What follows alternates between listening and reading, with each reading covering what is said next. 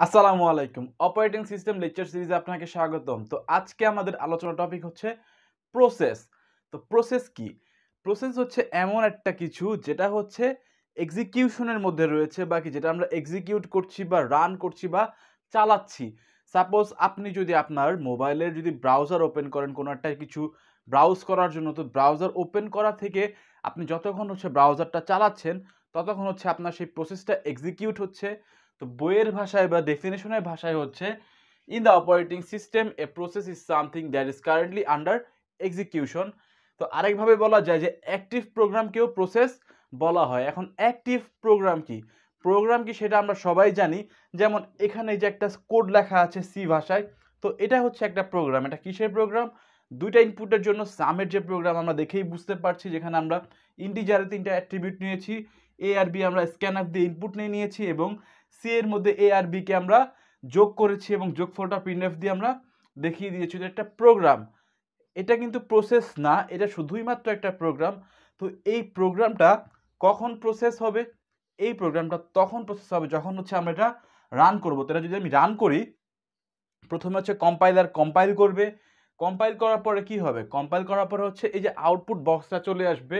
তো যখন আউটপুট বক্সটা আসবে, তো আউটপুট বক্সটা আসার আগে এক্সিকিউট করে করে তো আউটপুট বক্সটা আসে। যেমন শুরু থেকে এক্সিকিউট শুরু হবে। ফার্স্টে এই লাইন এক্সিকিউট হবে, যেখানে আমরা হেডার ফাইল ডিক্লেয়ার করেছি ইনপুট আউটপুটের। দ্বিতীয়ত ইন্টিজার মেইন, এই লাইন এক্সিকিউট হবে, যেখান থেকে প্রোগ্রাম শুরু হবে। এই লাইনে আমরা ভ্যারিয়েবল ডিক্লেয়ার করেছি। এই লাইনের ক্ষেত্রে আমরা স্ক্যান করেছি দুটো অ্যাট্রিবিউট। যখন এই লাইন পাবে, আউটপুটের ক্ষেত্রে এখানে দুইটা বিপ দিবে যে হ্যাঁ, আমরা দুইটা নাম্বার এক্সপেক্ট করছি যে আমাদের ইনপুটে আসবে। তো সেখানে ইউজার কি করবে? সেখানে ইউজার দিবে, সাপোজ আমি দিয়ে দিলাম কিবোর্ড থেকে 5 or 6। তো 5 or 6 আমরা ইনপুট নিয়ে নিয়েছি। তো তারপরের প্রসেসটা কি? তারপরের প্রসেস সি এর মধ্যে এ আর বি যোগ হবে।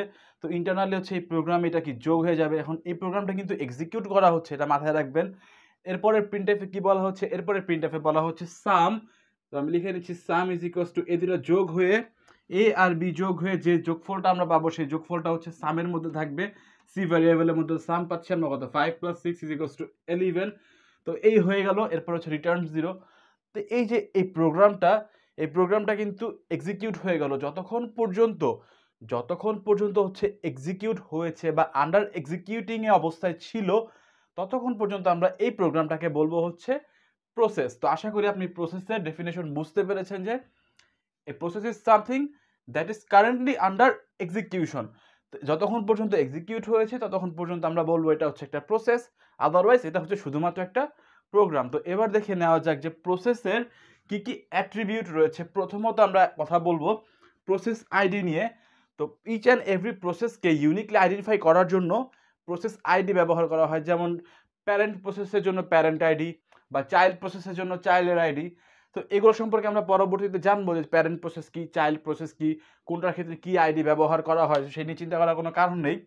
আগামী পর্বে আমরা জানতে চাচ্ছি যে প্রসেস স্টেট সম্পর্কে। প্রসেস স্টেট সম্পর্কে আমরা টুকটাক জানি যে প্রসেস স্টেট, রেডি স্টেট হচ্ছে একটা প্রসেস স্টেট, বা রানিং স্টেট একটা প্রসেস স্টেট, বা ব্লক স্টেট একটা প্রসেস স্টেট। তো এগুলো সম্পর্কে, প্রসেস স্টেট সম্পর্কে একদম বিস্তারিত সম্পর্কে আমরা সব কিছু জানবো আগামী পর্বে।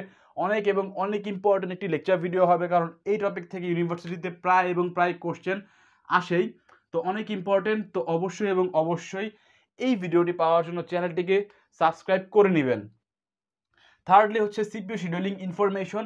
বিভিন্ন অ্যালগোরিদমের মাধ্যমে যে কোন প্রসেস কখন এক্সিকিউট করা হবে, কিভাবে এক্সিকিউট করা হবে, সব কিছু ডিসাইড করা হয় সিপিইউ শিডিউলিং ইনফরমেশনের মাধ্যমে। যেমন first come first serve, round robin, এই সকল অ্যালগোরিদমের মাধ্যমে। তো সেকেন্ড চ্যাপ্টারের ক্ষেত্রে আমরা এই অ্যালগোরিদম সম্পর্কে জানবো। লাস্টলি প্রসেস স্টেটের মধ্যে যে আমরা রানিং স্টেট বা রেডি স্টেট, রানিং স্টেটে যাওয়ার পরে যদি কোনো ইনপুট আউটপুট দরকার পড়ে, তখন কি আমরা ব্লক করে দিই। আইও রিকোয়েস্ট আসলেই তো আমরা ব্লক করি। তো সেই আইও রিকোয়েস্ট বা ইনপুট আউটপুটের জন্য কোন ডিভাইস থেকে আমরা ইনপুট নিব বা কোন ডিভাইসে আমরা আউটপুট দিব, সেই ইনফরমেশন আমাদেরকে আগে থেকেই জানা থাকতে হবে। সেজন্য ইনপুট আউটপুট ইনফরমেশন অনেক ক্রুশিয়াল বা অত্যন্ত গুরুত্বপূর্ণ। তো এই ছিল প্রসেসের অ্যাট্রিবিউটগুলো এবং এই ছিল প্রসেসের ডেফিনেশন। তো আশা করি আজকের লেকচার ভিডিও আপনি বুঝতে পেরেছেন। আগামী লেকচার ভিডিও অবশ্যই এবং অবশ্যই অনেক গুরুত্বপূর্ণ, স্টেটস অফ এ প্রসেস। তো সেই লেকচার ভিডিও পাওয়ার জন্য চ্যানেলটিকে সাবস্ক্রাইব করে রাখবেন। ভালো থাকবেন, সুস্থ থাকবেন। এখানে বিদায় নিচ্ছি। আসসালামু আলাইকুম।